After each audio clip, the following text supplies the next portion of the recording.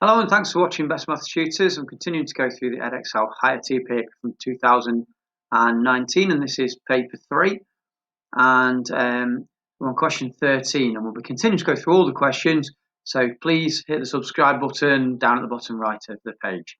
So question 13 is talking about densities. I'll be given the density of ethanol, we'll be given the density of propylene, and what we're told is that they're mixed together in these quantities to make some antifreeze, and we've got to work out the density of the antifreeze, giving our answer to correct to 2 decimal places.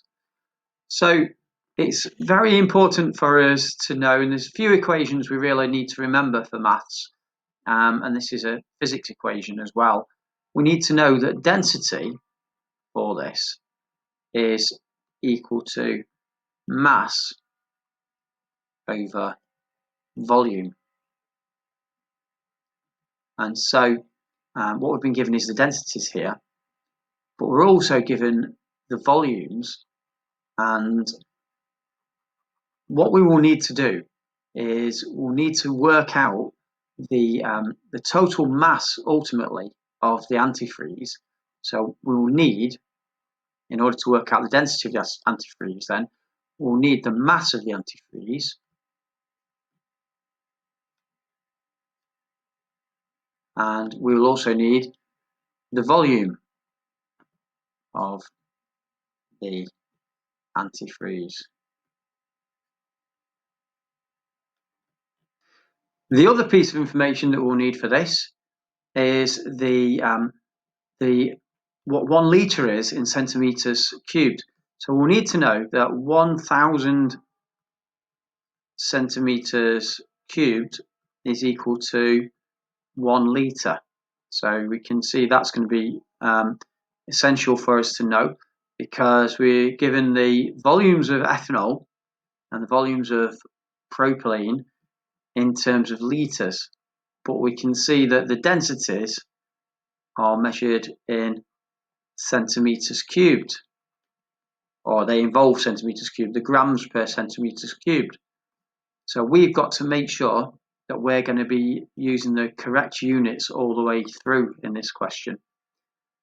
So because we need the mass of the antifreeze, what we can see is the mass of the antifreeze will be, write that down again, so mass of antifreeze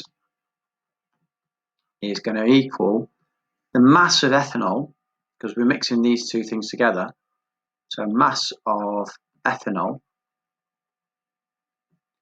plus the mass of propylene. So it doesn't matter if you've never heard of these things before. I didn't know what made up antifreeze, but these could be any sort of chemical names. We might be doing a similar question, but it doesn't matter that it's ethanol or propylene. The same principles would apply. So we need then to work out what the mass of ethanol is. Now we're told we've got 60 litres and we have a density there of 1.09. And if we rearrange our formula here, density is mass over volume, we can multiply both sides by volume and we get that mass is equal to density multiplied by the volume. So for the mass of ethanol then,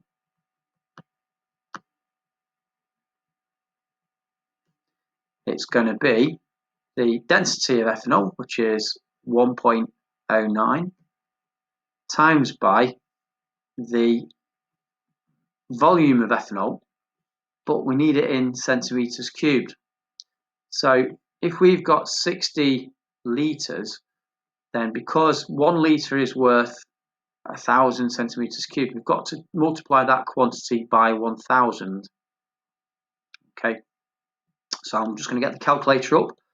So if we multiply those together, we've got 1.09 times by 60 times by 1,000. And so for that, we get 65,400. So 65,400.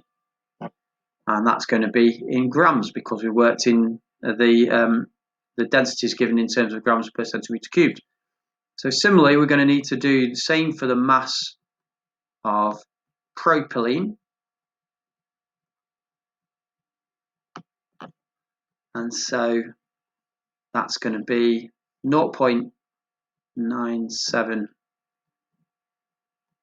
times by, and then we're going to need to use the volume of propylene, again in centimetres cubed. So that's going to be 128 times 1000. So I'll get the calculator up again. So 0.97 times 128 times 1000. And so we've got 124,160.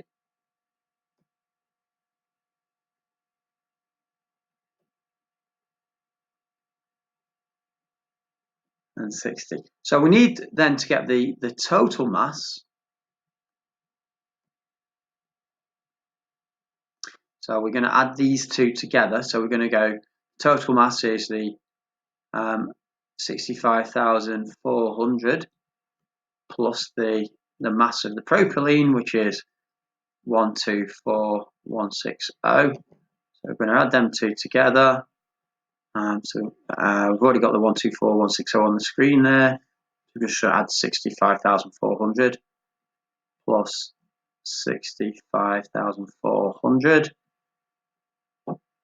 And so that's our total mass then, 189,560.